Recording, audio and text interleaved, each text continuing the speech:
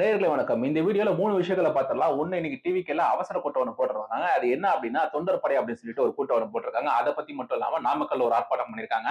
அதுல ஒரு சில விஷயங்கள நான் கவனிச்சதற்கு என்னோட கருத்துக்கள் அது மட்டும் இல்லாம, சவுக்கு சங்கர் அவங்களோட இருக்கிற அந்த ஆபீஸ் வந்து நான் படிச்ச காலேஜ் ஆலந்தூர்ல தான் இருக்கு. அது இதுக்கு ஒரு வீடியோ போட்டது 4 நிமிஷம் வீடியோலயே அந்த இருக்கிற ஏரியா வீடு ஆபீஸ் ஏரியா போட்டிருந்தாரு. அத பார்த்த உடனே எனக்கு அந்த ஏரியா தெரிஞ்சது. ஏன்னா அந்த ஏரியா ஒரு 3 வருஷம் அந்த ஏரியால போயிட்டு இருந்தேன். ஒரு 3 வருஷத்துக்கு முன்னாடி ஒரு 3 வருஷம் கன்டினியூஸா அந்த ஏரியால போயிட்டு வந்துட்டு இருந்தேன் போக்குவரத்து. அதெல்லாம் பார்த்த உடனே தெரிஞ்சது. அந்த ஏரியால போய் பார்த்துட்டு வந்தேன். என்ன கிரவுண்ட் ரிப்போர்ட் அப்படின்னா, அதை பத்தி இந்த வீடியோல முழுக்க முழுக்க பார்த்துடலாம். என்ன அப்படின்னா, தொண்டர்படை அப்படின்னு சொல்லிட்டு டிவிக்குள்ள ஒரு மீட்டிங் போட்டிருக்காங்க. இன்னைக்கு அந்த அனைத்து கட்சி கூட்டத்தில் பங்கேற்க மாட்டேன்ட்டாங்க. அது எம்.கே. ஸ்டாலின் அவங்க வந்து தலைமையில நடந்தது. அது வந்து ஓரக்கட்டி வச்சிரும். அது இந்த மாதிரி பொது அனைத்து கட்சி கூட்டம் அப்படின்றதுலயே எப்பயுமே வந்து பெரிய அளவுக்குல இந்த இந்த ஒரு அமைப்பு போடுறாங்க, விசாரணை அமைப்பு போடுறாங்க, விசாரணை ஆணையம் போடுறாங்க. அதுல வந்து எப்பயுமே இந்த பெரிய ஊக்கம் வந்து வரப்போறது இல்ல. சும்மா ஒரு அனைத்து கட்சி கூட்டம், விசாரணை ஆணையம் அந்த மாதிரி விஷயங்கள்லாம் வந்து எப்பவுமே ஒரு கண்துடைப்பா தான் இருக்கும். அதெல்லாம் அதை ஓரக்கட்டி வச்சிரும். இன்னைக்கு அந்த தொண்டர்படை அப்படின்னு சொல்லிட்டு ஒரு விஷயம் பார்க்க வந்து ஆரம்பத்துல இருந்து விஜய் அவங்க மேல வைக்கப்பட்ட விமர்சனம் என்ன அப்படின்னா, விஜய் அவங்க தரப்புலயே வந்து இது மாதிரி பதில் கொடுக்கப்பட்டது என்னன்னா, அவர் வந்து அதிகமா வெளியே வரதில்ல, ஏன் வந்து தொகுதி தொகுதி போக வேண்டியதானே அப்படின்னு சொல்லிட்டு நிறைய பேர் விமர்சனங்களா வச்சாங்க. சோ இப்ப கூட பாத்தீங்கன்னா மாவட்டத்துக்கு ஒரு ஒரு 6 தொகுதிக்கு ஒரு ஒரு இடத்துல பிரசார் பாயிண்ட் அப்படின்னு சொல்லி தான் வச்சிட்டு இருக்காங்க. அதுக்கே நிறைய பேர் விமர்சனம் வைக்கலாம். என்னன்னா, ஏன் வந்து தொகுதிக்கு தொகுதி அவர் போக வேண்டியதா அப்படின்னு சொல்லிட்டு விமர்சனங்கள் வச்சாங்க. வச்ச டயத்துல வந்து பாத்தீங்கன்னா, டிவிகே தரப்புல இருந்து கொடுக்கப்பட்ட விஷயம் என்னன்னா, சொல்லப்பட்ட விஷயம் என்னன்னா, திரு புசி ஆனந்த் அவங்களே வந்து விஜயத்தை அவங்க மேடையில வந்து பேசியிருக்காங்க. ஐயா அவங்கள நான் இட்டு வந்து கூட்டு போறதுக்கு ரெடியா, பாதுகாப்பு கொடுக்கதான் முடியல அப்படின்ற மாதிரி விஷயங்கள்லாம் சொல்லியிருந்தாங்க. சோ வந்து அந்த மாதிரி விஷயங்கள்லாம் வைக்கப்பட்டப்ப இந்த அரசியல் விமர்சகர் எல்லாம் வந்து என்ன சொன்னாங்க அப்படின்னா, இந்த திராவிட கட்சிகள்லாம் வந்து பாத்தீங்கன்னா, தொண்டர் படை அப்படின்னு சொல்லிட்டு ஒரு படையை வச்சிருப்பாங்க. அந்த படை மாதிரி ஒண்ணு உண்டாக்குனீங்க அப்படின்னா கரெக்டா இருக்கும். இப்போ இந்த நான் கரூர் சம்பவத்துல இருந்து பாத்தீங்கன்னா கூட நிறைய குழந்தைகள்லாம் வந்து கூட்டு வந்தாங்க. அவர் திருச்சி பிரச்சாரத்துல ஆரம்பிக்கப்பல இருந்து கூட இந்த குழந்தைகளா கூட்டிட்டு வர்றது இருந்தது. அப்போ வந்து என்ன விமர்சனங்கள்லாம் வச்சாங்க அப்படின்னா, ஒரு வாலண்டியர் டீம் உண்டு பண்ணுங்க. ஒரு ஒரு தொண்டர் படை வந்து ஒண்ணு பண்ணுங்க. இந்த மாதிரி இதுக்கு பவுன்சர்ஸ் எல்லாம் வந்து இந்த தொண்டர் படையில இருக்கவங்க வந்து உங்க கட்சி கொடியை போட்டுட்டு உங்களுக்கு பாதுகாப்பு கொடுப்பாங்க. அந்த பவுன்சர்ஸ் இருக்க அந்த பவுன்சர் வந்திருக்க அந்த விமர்சனம் வந்து ஸ்டார்டிங்ல இருந்து கேட்டீங்கன்னா, அந்த பவுன்சர் பிரச்சனைலாம் வந்து விமர்சனம் வைக்கப்பட்டிருக்காது. அது மட்டும் இல்லாம வாலண்டியர் போட்டிருந்தீங்க அப்படின்னா, இன்னைக்கு அந்த குழந்தைகள், பெண்கள், கர்ப்பிணி பெண்கள்லாம் வந்து இன்னைக்கு வந்து இறந்திருக்க மாட்டாங்க. சோ வந்து வாலண்டியர்ஸ் எல்லாம் வந்து நீங்க கிளம்புங்க கிளம்புங்க விஜய் அண்ணா வந்து வரவேணாம்னு சொல்லிட்டாங்க. நீங்க கிளம்புங்க அப்படின்னு சொல்லிட்டு அனுப்பிச்சு விட்டு இருப்பாங்க. சோ அந்த மாதிரி ஒரு படையை உருவாக்குறதுக்கு, அந்த மாதிரி ஒரு குழு உண்டாக்குறதுக்காக இங்க ஒரு மீட்டிங் போட்டிருக்காங்க. அது ரொம்ப வரவேற்க வேண்டிய விஷயம். சோ வந்து இதுக்கப்புறம் ஒரு ஒரு ஒரு ஒரு நாளைக்கு இன்னையில இருந்து என்ன என்னைக்கு ஆரம்பிக்க போறோம் அப்படின்னு சொல்லி தெரியல. இன்னையில இருந்து 4 மாசம் 6 மாசம் தான் இருக்கு. ஏப்ரல் மாசத்துக்கு.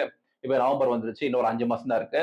சோ வந்து இன்னைக்கு ஆரம்பிச்சா கூட ஒரு நாளைக்கு 2 தொகுதி கம்ப்ளீட் பண்ணாதான் அவர் வந்து இடையில மழை வரும், மழை வரனால நிக்கும், பிரச்சாரங்களுக்கு வேற ஏதாவது விஷயங்கள் நடக்கும். சோ அதனால இன்னைக்கு ஆரம்பிச்சார் அப்படின்னா கூட ஒரு நாளைக்கு 2 தொகுதி பண்ணாதான் 234 தொகுதியை வந்து கம்ப்ளீட் பண்ண முடியும். சோ வந்து இன்னும் ஒரு மாசம் கழிச்சு ஒரு 1.5 மாசம் கழிச்சு போறாரு அப்படின்னா ஒரு நாளைக்கு 3 தொகுதி கவர் பண்ணா அப்படின்னா விஜய் அவங்க கண்டிப்பா 234 தொகுதியும் கவர் பண்ணி ஆகணும் அப்படின்ற கட்டாயத்துல அவர் இருக்காரு. ஆனா அப்பதான் அந்த ஓட்டு சதவீதத்தை ஏத்த முடியும். விஜய் அவங்க எல்லா தொகுதியிலும் வந்து போறாங்க அப்படின்னா ஒருத்தர் பாக்குறாங்க விஜய் சினிமால பார்த்த மாதிரி இருக்காருப்பா, வந்து நல்லா பேசாருப்பா, சரி ஓகே அவருக்கு வாய்ப்பு கொடுத்து பாப்பா அப்படின்னு சொல்லிட்டு கொடுக்க வேணாம்னு நினைச்சவங்க கூட அந்த ஓட்டு சதவீதம் அப்படின்றது ஏற வாய்ப்பு இருக்கு. அப்ப பாதுகாப்பு கொடுக்கணும்னா இது தொண்டற்படை தேவை. சோ அந்த தொண்டற்படையை பலப்படுத்தணும்னு சொல்லி பாக்குறாங்க. அது அது எந்த அளவுக்கு பண்றாங்க அப்படின்றத வெயிட் பண்ணி பார்க்கணும். அது நல்லா பண்ணாங்கன்னா இன்னும் கொஞ்சம் ஓட்டு சதவீதம் ஏற்றலாம். அது நாமக்கல்ல வந்து ஒரு ஆர்ப்பாட்டம் பண்ணியிருக்காங்க. அந்த நாமக்கல் ஆர்ப்பாட்டம் வந்து நல்ல விஷயம் தான். இந்த மாதிரி கிரவுண்ட் வந்து ஏடிஎம்கே டிஎம்கே வந்து இந்த மாதிரி அவங்கவுங்க எதிர்கட்சியில இருக்க வந்து இந்த மாதிரி ஆர்ப்பாட்டங்கள்லாம் நிறைய பண்றதுதான். ஆனா இந்த காலத்தின் கட்டாயத்துல இப்போ இன்னைக்கு தேதியில வந்து என்ன அப்படின்னா 888 கோடி ரூபாய்க்கு ஒரு ஜாப் ஸ்கேம் நடந்திருக்கு அப்படின்னு சொல்லி சொல்றாங்க. அதுக்கு ஏடிஎம்கே ஒரு பெரிய அளவு ஆர்ப்பாட்டம் முன்னெடுக்கல.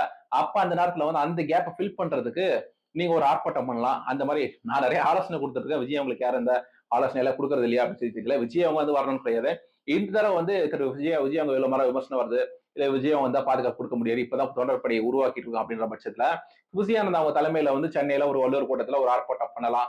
அந்த மாதிரி விஷயங்கள்லாம் பண்ணி ஏன் வந்து நீங்க என்ன சொல்றாங்க அப்படின்னா, உங்களுக்கு ஒரு ஷார்ட் சொல்லணும்னா 2013 ஒரு லோன் ஒன்று வாங்குறாங்க. கே நேரு அவங்க சொந்தக்காரங்க லோன் ஒன்று வாங்குறாங்க. அது 30 கோடி ரூபாய் லோன் வாங்கி 27 கோடி ரூபாய்க்கு வேற ஏதோ விஷயத்துக்கு செலவு பண்றாங்க. லோன் வாங்கின இதுக்குன்னு செலவு பண்ணாம வேற எதுக்கும் செலவு பண்றாங்க. அதுக்கு ரெய்ட் பண்ண வந்தாங்க ஏப்ரல் 2025. அந்த மாதிரி நம்மளோட விசாரணை அமைப்பு, நம்மளோட சட்டம்லாம் வந்து கொஞ்சம் அது ஸ்லோவா தான் இருக்கு. அது பண்ண வராங்க. பண்ண வர டயத்துல அவங்களுக்கு 2021 இருந்து 24க்குள்ள வந்து இப்ப நீ ஏன் பொன்முடி அவங்க மேல, செந்தில் பாலாஜி அவங்க மேல, ஐபிரியசாமி அவங்க மேல எல்லாம் வந்து விசாரணை வந்து போயிட்டு இருக்கு. அதெல்லாம் வந்து 2006 11 2011 15 இந்த காலகட்டத்துல போடப்பட்ட கேஸ். ஆனா இப்போ போடப்பட்ட கேஸ்ன்றது ஃப்ரெஷ்ஷா இந்த 2021 2025க்குள்ள போடப்பட்ட கேஸ் அப்படின்றது இதுதான் முதல் முறையா ஒரு அமைச்சர் மேல போட்டிருக்காங்க. அதிகாரிகள் மேல அப்படின்றது நிறைய இருக்கும்.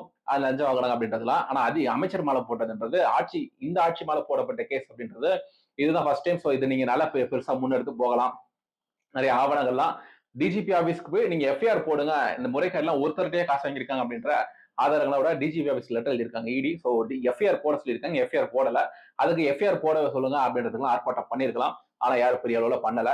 அது வந்து பண்ணீங்கன்னா நிறைய நம்ம வந்து அதுக்கு மேல நம்ம என்ன சொல்றது ஒரு விமர்சகரா நம்ம வந்து என்ன உள்ளது இருக்கோ சொல்லுவோம். நீங்க உங்க கட்சி தலைமைக்கு பேசுங்க. அதெல்லாம் நீங்க பாத்துக்கோங்க.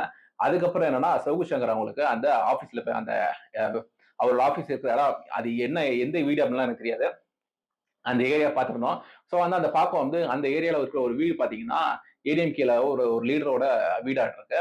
ஸோ வந்து நிறைய பேர்லாம் வந்து விமர்சிக்கப்பட்டது இந்த சாட்டை திரும்பலாம் ரீசெண்ட் டைம்ஸ்ல வந்து விமர்சனம் பண்ணது என்ன அப்படின்னா ஒரு ஏடிஎம்கே பிரமுகர் தான் வந்து மாசத்துக்கு இவ்வளவு சம்பளம் கொடுத்து வச்சுட்டு இருக்காங்க அப்படின்றாங்க. ஸோ அந்த வீடுலாம் பார்க்க வந்து நம்ம ஒரு கால்குலேஷன் பண்ணுவோம்ல நம்ம இந்தியன் மைண்ட்ல ஒரு வீடு பாக்குறோம்னா பெரிய ஆளா தான் இருப்பார் போல அப்படின்ற மாதிரி கால்குலேஷன் பண்ணுவோம்ல அதே மாதிரி தான் இருக்கும். அது மாதிரி கால்குலேஷன் பண்ணா ஓகே இந்த மாதிரி கொடுக்க வாய்ப்பு இருக்கு. இந்த மாதிரி ஒருத்தரோட இன்ஃபுளுன்ஸ் இருக்கும். நம்ம வந்து நேத்துக்கு திமுகவோட ஆதரவாளர் இருந்தாரு. இன்னைக்கு இடைப்பட்ட காலத்துல சீமான் அவங்களுக்கு ஆதரவாளர் இருந்தாரு. இன்னைக்கு அதிமுக நேத்துக்கு தாவேக ஆதரவாளர் இருந்தாங்க. இன்னைக்கு அதிமுக ஆதரவாளர் இருக்காங்க.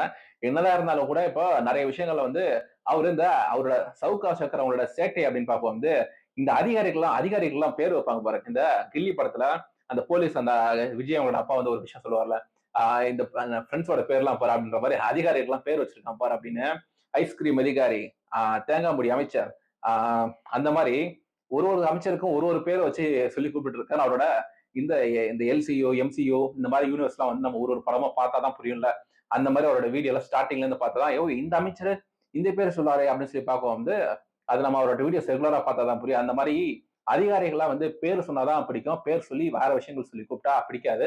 அந்த மாதிரி உள்ள அதிகாரிக்கு ஒரு பட்ட பேரை வச்சு கூப்பிட்டு இருக்காரு. அது மட்டும் இல்லாம அவங்க செய்யற விஷயங்கள்லாம் ஆதரவு இந்த அதிகாரி உள்ள காசு வாங்குறாங்க அப்படின்ற மாதிரி நுணுக்கமா ஒரு அரசியல் எல்லாம் பண்ணிட்டு இருக்காங்க. சோ அந்த மாதிரி யாரும் அவ்வளவு பெருசா பண்றது இல்ல. சோ வந்து அந்த மாதிரி கைதாக்க போறாங்க அப்படின்னா ஒரு ஒடுக்குற முயற்சி அப்படி மாதிரி கூட சொல்லலாம். அந்த மாதிரி முயற்சிகளா இருக்கு. சோ அவங்களுக்கு குரல் கொடுத்து விஷயங்கள் பண்றது அந்த மாதிரி உங்களுக்கு என்ன தோணுதோ செய்யலாம். இன்னொன்னு என்னன்னா அவங்க வீட்டுக்கு வெளியே வந்து போலீஸ் கார்லாம் இருக்கு அப்படின்னு சொல்லி சொன்னாங்க.